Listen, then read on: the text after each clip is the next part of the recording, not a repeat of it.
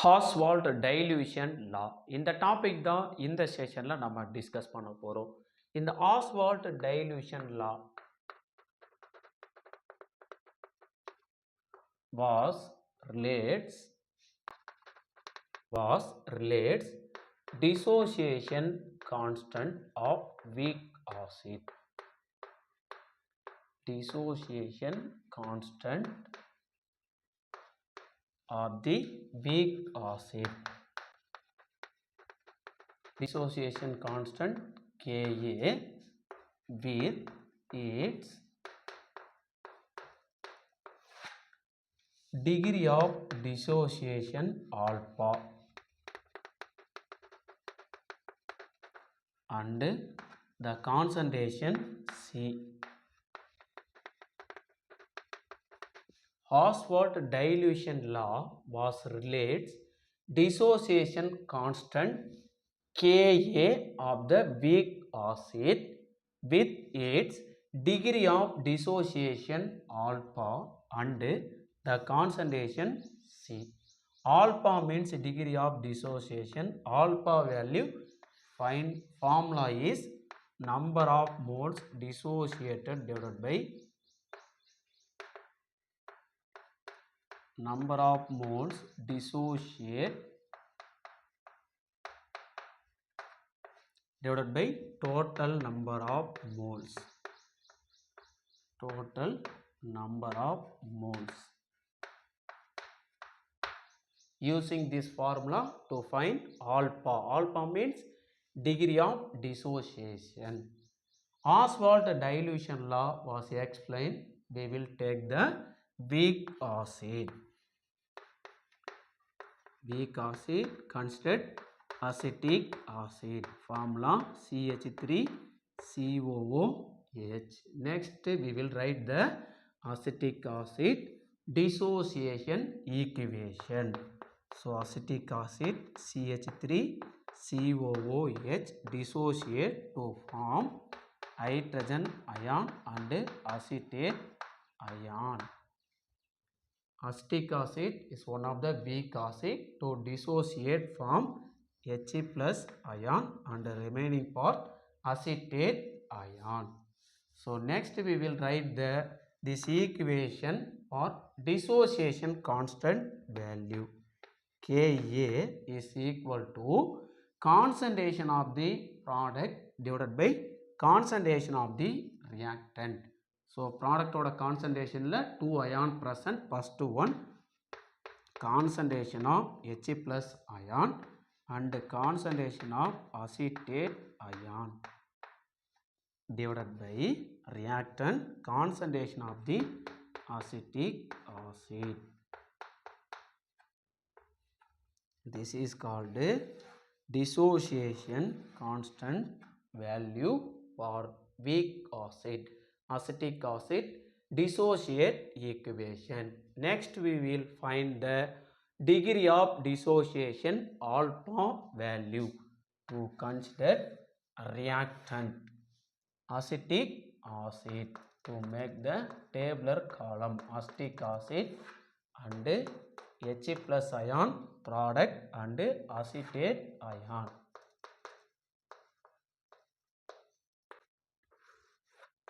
So first we will write initial number of moles.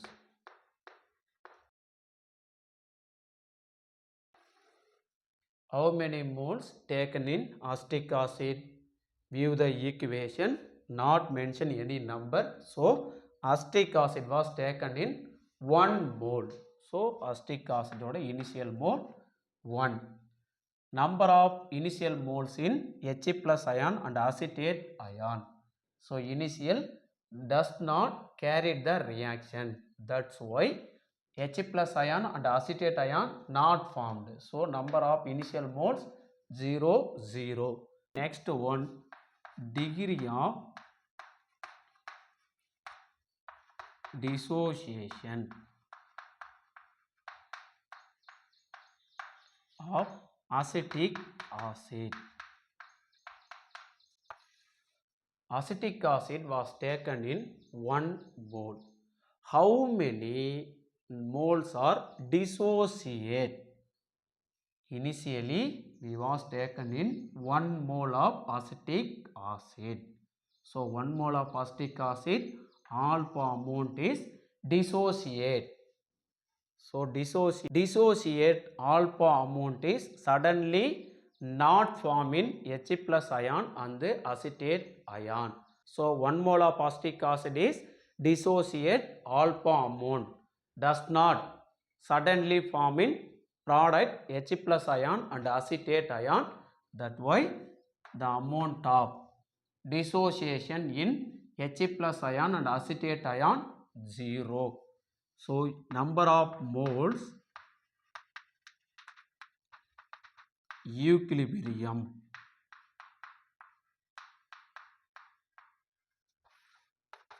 ஒரு certain time இந்த acetic ஆசிட்லேருந்து number of moles decreases ஆக ஆக equal amount or equal number of moles H plus அயானோ acetate அயானோ form ஆகிருப்பாங்க. So 1 மோல்ஸிலிருந்து alpha amount dissociate ஆகிருக்காங்க. அப்போ 1 மைனஸ் ஆல்பா 1 மோல்ஸ்லேருந்து ஆல்பா அமௌண்ட்டு டிகிரீஸ் ஆகிருக்கு. இந்த ஆல்பா அமௌண்ட்டு பார்த்தீங்கன்னா where is going to form H plus ion and acetate ion in alpha amount. அப்போ alpha amount H plus ion and acetate ion will be formed. Then next we find the equilibrium concentration.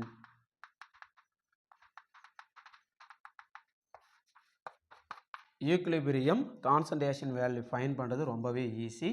So number of moles at equilibrium இருக்காங்க இல்லையா, அந்த value கூட concentration டேமை multiple பண்ணோம் அப்படின்னா equilibrium concentration value we will get. So அப்போ 1 minus alpha into C, alpha into C, alpha into C. So equilibrium concentration value for acetic acid is 1 minus alpha into C, H plus ion alpha into C, acetate ion alpha into C. So this part is very important. Equilibrium concentration value applied for this equation. So Ka is equal to H plus ion concentration and acetate ion concentration. So H plus ion concentration value is alpha into C and acetate ion concentration value alpha into C divided by concentration of acetic acid. So acetic acid concentration value 1 minus alpha into C. So simplify பண்ணோம் அப்படின்னா alpha into alpha, alpha square, C into C, C square. அப்போ alpha square into C square divided by 1 minus alpha into C. இந்த Cயும் இந்த C square இருக்கிற ஒரு Cயும் cancel ஆகிடுவாங்க. அப்போ alpha square into C divided by 1 minus alpha. Oswald dilution லாவே explain பண்ணுறதுக்கு நம்ம கன்சிடர் பண்ணியிருக்கிற ஆசிட் பார்த்தோன்னா வீக் ஆசிட், அசிட்டிக் ஆசிடை எடுத்திருக்கிறோம். இந்த அசிட்டிக் ஆசிட் பார்த்தோன்னா கம்ப்ளீட்டாக டிசோசியேட் ஆகுவாங்கன்னா கண்டிப்பாக ஆக மாட்டாங்க. அதனால் ஆல்பான்றது டிகிரி ஆஃப் டிசோசியேஷன் வேல்யூ.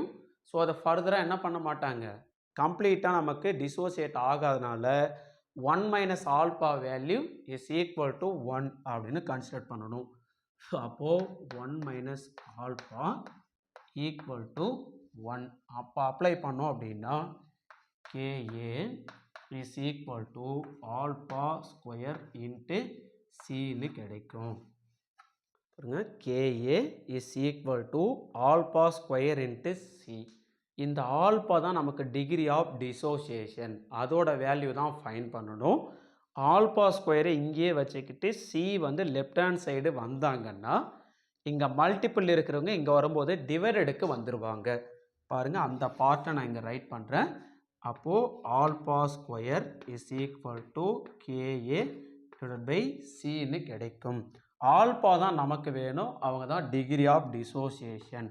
அப்போ alpha is equal to root of Ka divided by C.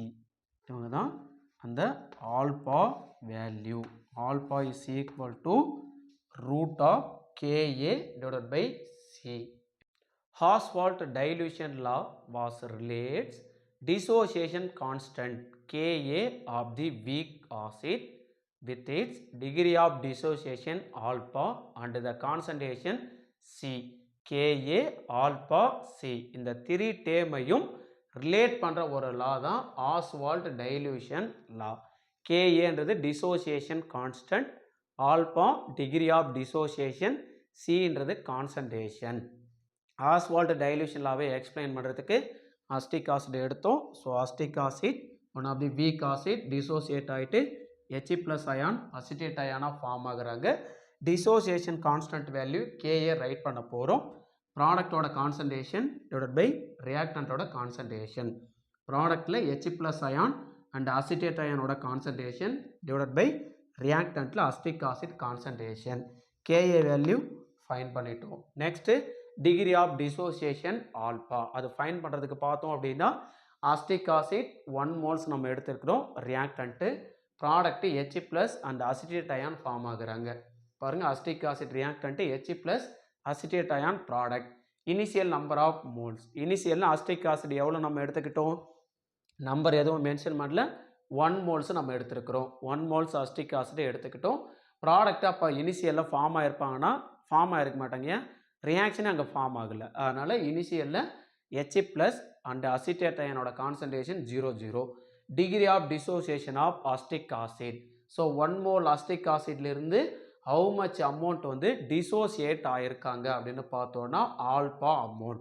இந்த ஆல்பா அமௌண்ட் டிசோசியேட் ஆன உடனே H ப்ளஸ் ஆகும் அசிட்டேட் அயானாவும் ஃபார்ம் ஆகிருக்க மாட்டாங்க. ரீசன், அஸ்டிக் ஆசிட் வந்து வீக் ஆசிட். ஸோ டோட்டலாக டிசோசியேட் ஆனதுக்கு அப்புறம் தான் H ப்ளஸும் அசிட்டேட் அயானும் ஃபார்ம் ஆவாங்க. அதனால் நமக்கு degree of dissociation of acetic ஆசிட்டில் acetic acid பார்த்தோன்னா ஆல்பா அமௌண்ட் டிசோசியேஷன் நடந்திருக்கு. H ப்ளஸ்லையும் அசிட்டேட் அயான்லையும் எதுவும் டிசோசியேட் ஆகலை, ஏன்னா அங்கே ப்ராடக்டே ஃபார்ம் ஆகிருக்காது. ஓகேங்களா.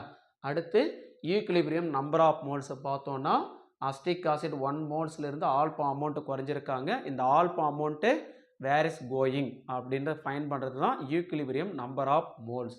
1 மோல்ஸ்லேருந்து ஆல்பா அமௌண்ட்டு டிகிரீஸ் ஆகிருக்கு ரியாக்டன்ட்டில். அந்த alpha amount where is going அப்படின்னு பார்த்தோன்னா to form product H plus ion and acetate ion having same moles alpha and alpha. Then ஃபைனலாக நம்ம ஃபைன் பண்ணுறது equilibrium concentration. So equilibrium number of moles கூட C டேமை multiple பண்ணோம் அப்படின்னா equilibrium concentration கிடைச்சிரும். Acetic ஆசிட்டுக்கு 1 minus alpha into C, H plus அயானுக்கு alpha into C, acetate அயானுக்கு ஆல்பா இன்ட்டு சி. இந்த ஃபைனல் பாக்ஸில் இருக்கிற இந்த வேல்யூஸை டிசோசியேஷன் கான்ஸ்டன்ட் கேயை நம்ம எழுதணும் இல்லையா, அந்த டேமில் அப்ளை பண்ணணும். H ப்ளஸ் அயானோட கான்சன்ட்ரேஷன் பார்த்தீங்கன்னா ஆல்பா இன்ட்டு சி இங்கே அப்ளை பண்ணியிருக்கிறோம். அசிட்டேட் அயனோட கான்சன்ட்ரேஷன் பார்த்தீங்கன்னா ஆல்பா இன்ட்டு சி, பாருங்கள் இந்த வேல்யூ அப்ளை பண்ணியிருக்கிறோம்.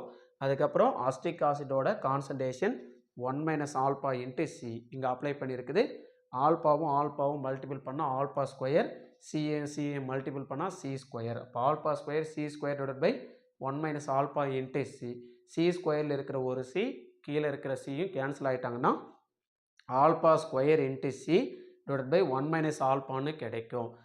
அஸ்டிக் ஆசிட் வந்து வீக் ஆசிட், அவங்க கம்ப்ளீட்டாக டிசோசியேட் ஆவாங்களான்னா ஆக மாட்டாங்க. அதனால் டிகிரி ஆஃப் டிசோசியேஷனும் ஃபர்தராக ஸ்டாப் ஆயிரும். அப்போ 1 minus alpha is equal to 1 அப்படின்னு அந்த பார்ட்டில் அப்ளை பண்ணணும். அப்படி அப்ளை பண்ணோம் அப்படின்னா alpha square C divide by 1ன்னு கிடைப்பாங்க. பாருங்கள் கேஏ, அப்போ K A equal to alpha square into C. Alpha value தான் நம்ம ஃபைன் பண்ணணும். ஆல்பா ஸ்கொயர் எந்த பக்கம் வச்சுக்கிட்டு சி லெஃப்ட் ஹேண்ட் சைடு வந்தாங்கன்னா மல்டிபிள் இருக்கிறவங்க டிவைடரில் மாறிடுவாங்க. அப்போ alpha square equal to K A divide by C. அந்த பார்ட் எங்கே இருக்காங்க, ஆல்பா வேல்யூ தான் நம்ம ஃபைன் பண்ணணும். அவங்க தான் டிகிரி ஆஃப் டிசோசியேஷன். இப்போ alpha is equal to square root of K A by C. ஓகேங்களா. கேஏ வேல்யூ ஃபைன் பண்ணிட்டோம், ஆல்பா வேல்யூ ஃபைன் பண்ணிட்டோம், கான்சன்ட்ரேஷன் வேல்யூவும் ஃபைன் பண்ணிட்டோம். இந்த 3 கான்ஸ்டன்ட்டையும் ரிலேட் பண்ணுறது தான் ஆஸ்வால்ட் டைல்யூஷன் லா.